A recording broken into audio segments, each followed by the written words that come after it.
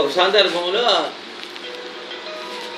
ఈయన చేస్తానే ఉంటాడు అయ్యా, ఈయన మాత్రం ఒక 10 సంవత్సరాలు చూస్తాను వాళ్ళ 15 సంవత్సరాలు చేస్తానే ఉంటాడు బాబు, మంచోడే. అయితే ఎంత అన్నం పెడతామా అని అడిగిందంట ఆయన. పెడతా స్వామి అనిందంట గట్టిగా, ఈయన సంగతి తెలియక. పెడతామ్మా అని పెడతా స్వామి ఎంతైనా తిండి పెడతా నేను. కుంచులు అంటే ఎన్ని కేజీలు? 14 కేజీలు. 14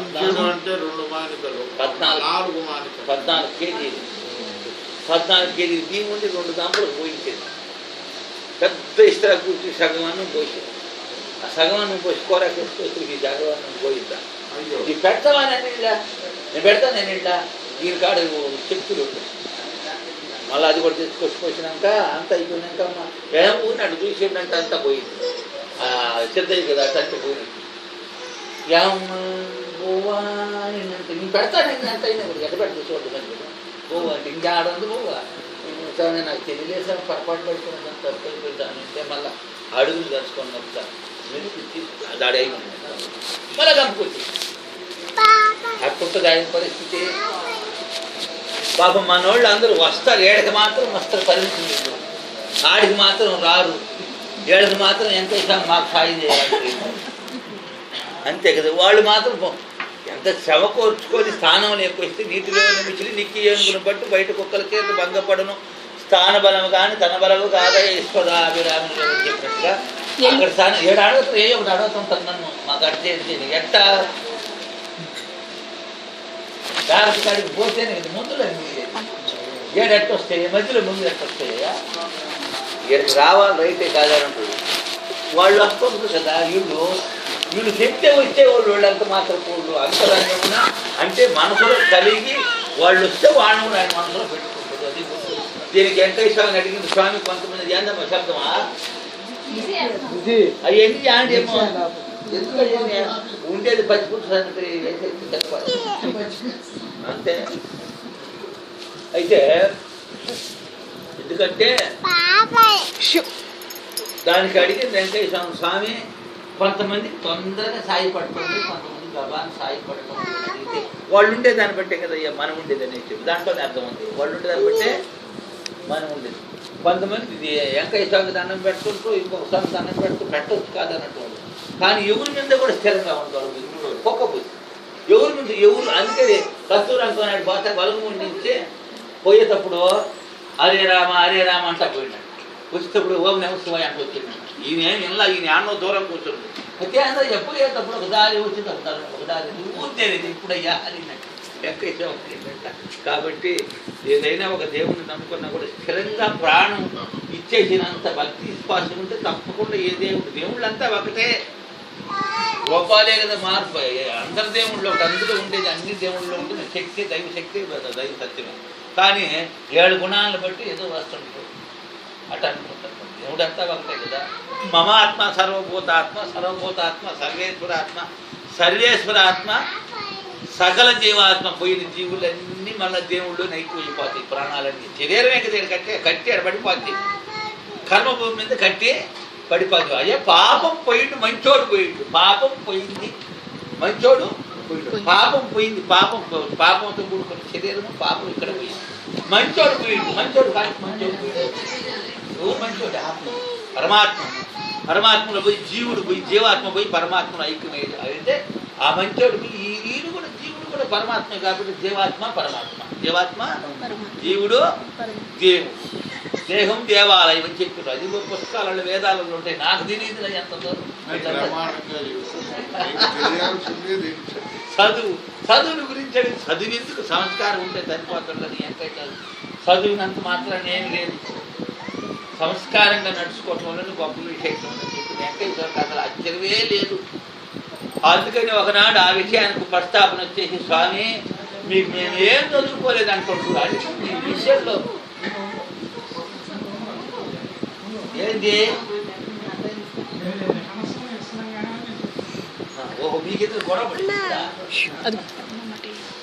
చదువు ఏమీ లేదనుకుంటే అన్ని విద్యల్లో మీకు పరిచయం కనపడుతుంది. అయినా మీరు చెప్పిన గురువులు మహానుభావులు, వాళ్ళు ఎంత గొప్ప గురువులు అయి ఉంటారని అడిగారంట.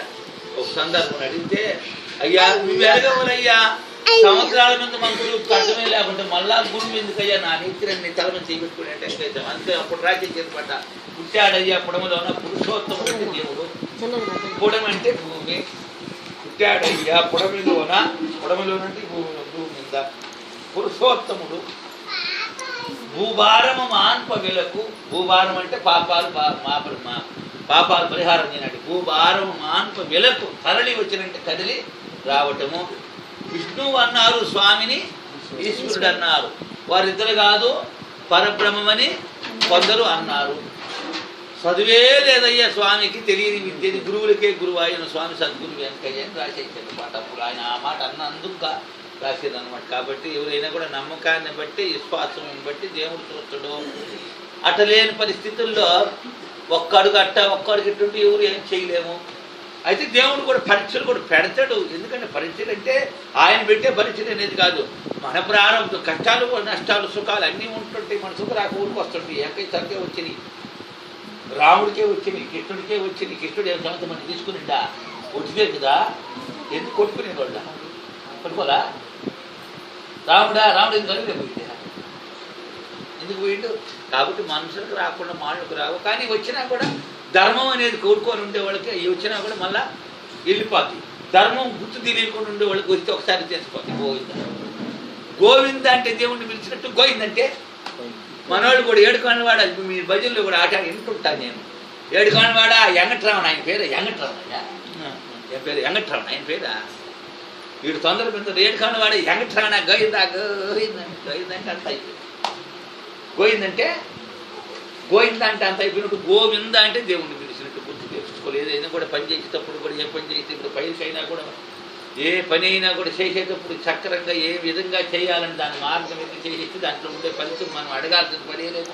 దాని పాటికి దాని పని చేసేది. మనం చేసేదాంట్లో రెండు మార్గాలు ఉండే, వక్రము సక్రమం రెండు మార్గాలు. సక్రంగా మార్గం వెరిగి చేసేది ఒక రకము, వక్రంగా చేసి అట్టంటే చేస్తే అది అట్టంటే ఉండేది